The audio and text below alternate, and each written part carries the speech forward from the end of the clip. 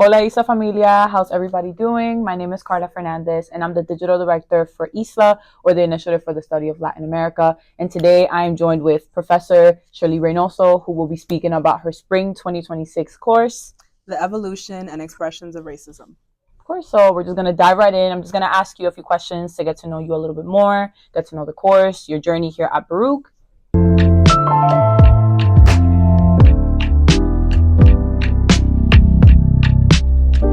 So the first question is, what inspired you to teach this course on the evolution and expressions of racism? So this is actually like a full circle moment for me. I would say it was a journey that I didn't anticipate I would end up here. When I was a high school student, I took a College Now course. So for folks who are not familiar, right, you can take CUNY level classes at the high school level.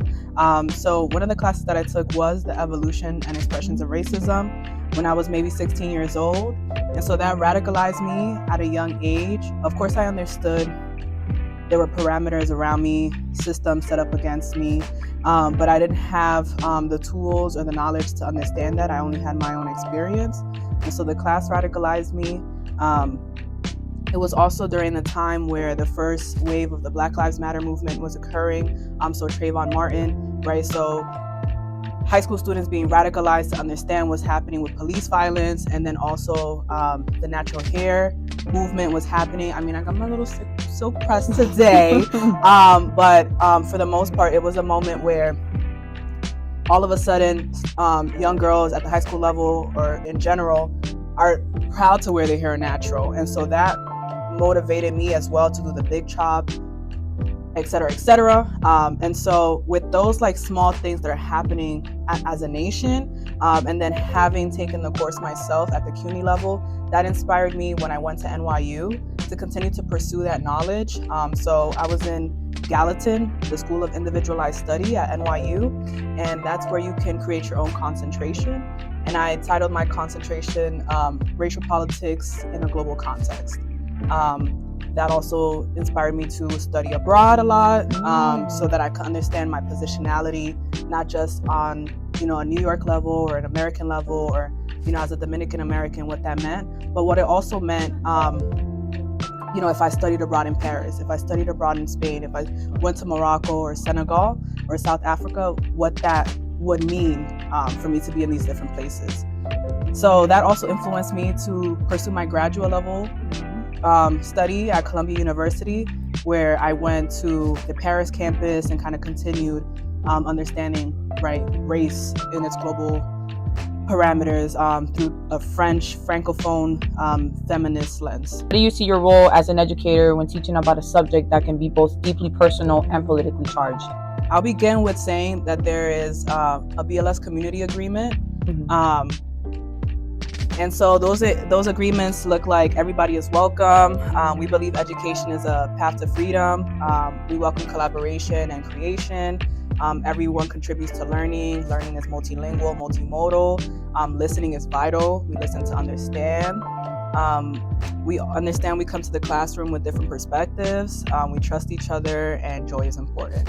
And so when we're thinking about how those BLS agreements are to facilitate a safe learning environment where we can learn from each other, I also understand the power of me being in proximity in age to my students. So understanding that, yes, I have to have the professor hat on, but I find that code switching helps sometimes, so that they know that you can show up as your full self to the classroom. I like to start off the class with a meme, so that, it's like a funny way to segue. It might be related to the theme of the class, and then it segues. It gives us a moment where we laugh, because for the rest of the class, we're going to be talking about some maybe uncomfortable truths. So just always understanding that we have different experiences.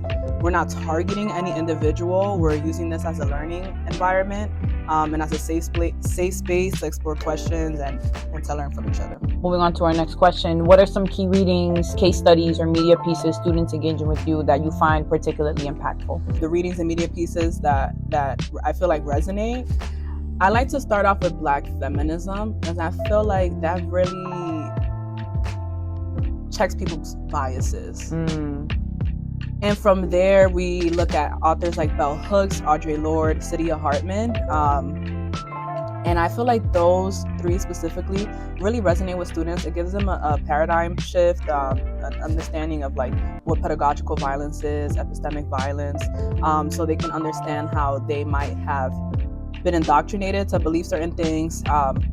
And so, Black feminism is global in its approach too. It is intersectional. And so starting off like that allows us for us to, as a classroom, kind of connect on a feminist lens. By the end of it, at the beginning, maybe the gentleman might be a little bit quiet.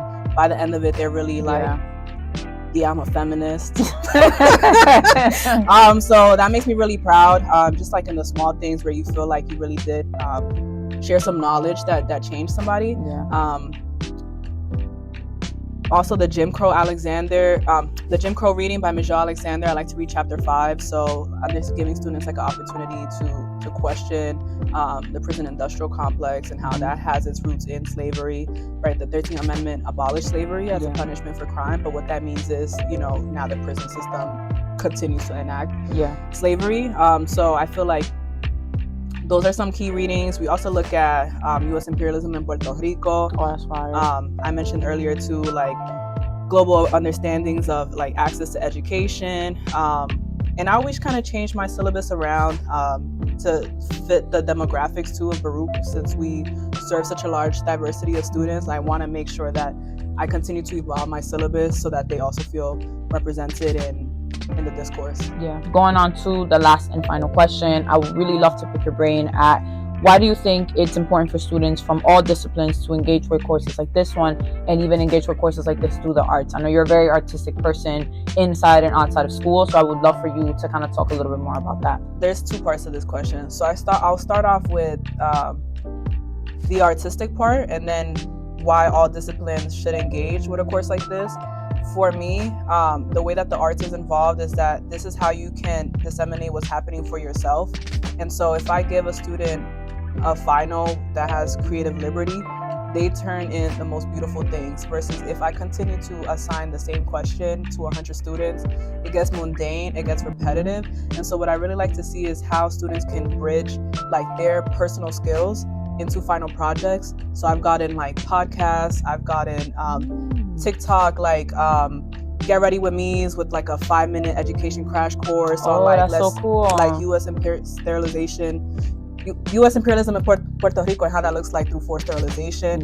I've gotten like poster boards, so allowing students to have creative liberty, to use their talents to still have a stakehold in how they tell that story that they learned, and allowing them to choose, because I feel like issues with examination, it causes anxiety. And thank you so much for the opportunity to share like the work that we do here at BLS.